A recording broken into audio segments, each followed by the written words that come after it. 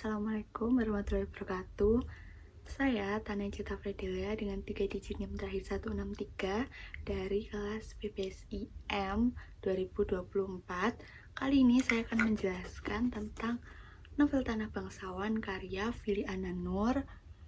Covernya. Terus ini diterbitkan pada tahun 2022, cetakan pertamanya tahun 2022 dan cetakan kelimanya pada tahun 2024. Novel Tanah Bangsawan menceritakan tentang penjajahan pada masa Hindia Belanda di tahun 1798. Bermula dari seorang pemuda keturunan Belanda yang bernama Lars Diedrich. Ia kembali ke Hindia Belanda dan berniat untuk menyamar menjadi jongos atau pelayan laki-laki di rumah keluarga Belanda. Nah, tetapi saat menuju ke rumah salah satu keluarga Belanda, ia malah bertemu dengan seorang wanita pribumi yang menculik dan menawannya. Wanita itu bernama Rumi. Nah, sejak saat itu mereka berdua sering untuk pergi bersama, dan bahkan Rumi banyak memberikan pelajaran hidup dan menceritakan tentang wayang dan sejarah Hindia Belanda kepada Lars. Sampai pada akhirnya Lars kembali ke rumahnya dan membawa Rumi untuk menjadikan Rumi sebagai pelayan pribadinya. Nah, mulai dari situ Lars dan Rumi mulai menyadari bahwa mereka ternyata saling mencintai. Tetapi status sosial mereka berdua menjadi penghalang untuk bersatunya cinta mereka. Gitu.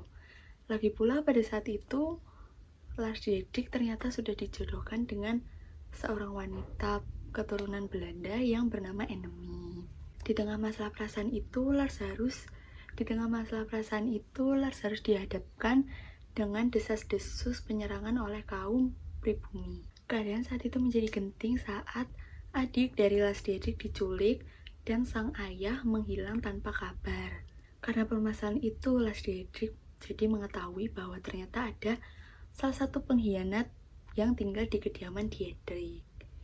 Nah, pengkhianat itu ternyata adalah Rumi. Dari yang awalnya Lars menyimpan perasaan kepada Rumi, akhirnya Lars menjadi membenci Rumi karena tahu bahwa Rumi adalah salah satu komplotan yang telah menculik adiknya. Konflik demi konflik pun terjadi sampai pada akhirnya Lars mengetahui bahwa sang adik dan sang ayah telah meninggal. Akhirnya keluarga Diedrich pun kembali Belanda dan Lars meninggalkan Rumi dan menikah dengan Enemy di Belanda. Tokoh yang terdapat dalam novel Tanah Bangsawan antara lain Lars Diedrich, Rumi, Hensi Diedrich, Teresia, Byung atau Ibu Rumi, Timo Diedrich, Kailas, Dharma, Enemy, Tuan William, Nyonya Ais, Nyai, Karno, Seno, Gatri, Mas Ageng, Mbak Surti, Totok, Rio, Leri, dan Henry. Latar tempat dari novel ini adalah Hindia Belanda, pesantren, sawah, hutan, lapangan, motel, keraton, sungai, toko pakaian, kediaman Diedrich, perkebunan, pantai selatan, desa Andong Cinawi, rumah Rio, dan pemakaman. Serta latar waktunya itu tahun 1798. Dan ada juga yang mengisahkan di pagi hari, siang hari, sore hari, bahkan malam hari. Novel ini menggunakan alur maju, sedangkan sudut pandangnya menggunakan sudut pandang orang ketiga karena semuanya yang menceritakan adalah dari sudut pandang penulis. Bagian dari novel Tanah Bangsawan yang menurut saya menarik ada pada halaman 23 dan 24. Seperti ini dialognya. Kailas menatap Lars yang sedang menulis surat dengan heran. Kenapa kamu sangat terobsesi dengan kaum inlander? Padahal banyak orang yang ingin memiliki kedudukan sepertimu. Tapi kamu malah ingin menjadi seorang inlander begini.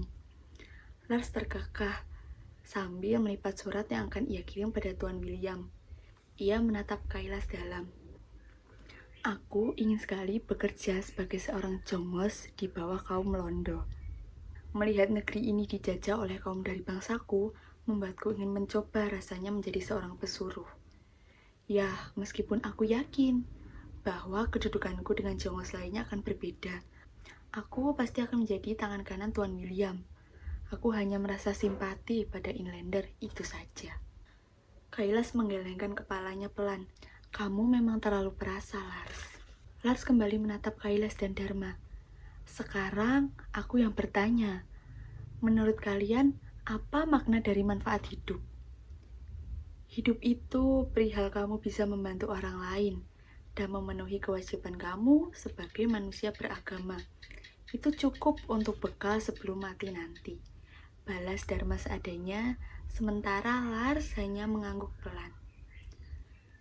Apa penjajah tak tahu malu seperti aku akan bisa tenang di tanah kalian yang indah ini? Pertanyaan dari Lars membuat Kailas dan Dharma itu terdiam. Kaumku yang seharusnya bekerja pada kalian, bukan sebaliknya. Tanah ini milik kalian. Tetapi, kenapa kami yang berkuasa? Pertanyaan itu kembali hadir. Keluarga Lars memang dididik untuk menghargai sesama manusia, membantu satu sama lain, tak berprasangka berlebihan dan pemaaf. Lars menghampiri Kailas dan Dharma. Dengan perlahan dia berkata, aku yakin suatu saat nanti negeri kalian akan mulai memberontak dan melawan kaum Londo. Tapi itu memang yang terbaik. Itu adalah hak kalian. Secara tak langsung, Lars seolah mengatakan jika ia ada di pihak para Inlander. Namun, hal itu tak bisa menutup fakta bahwa Lars adalah keturunan murni kaum kulit putih.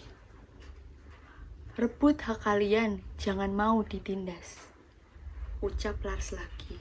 Kemudian ia beranjak menuju kamar mandi. Potongan novel itu yang menurut saya menarik. Sekian penjelasan tentang novel Tanah Bangsawan dari saya. Terima kasih atas perhatiannya. Mohon maaf jika ada kesalahan kata dari saya. Terima kasih. Wassalamualaikum warahmatullahi wabarakatuh.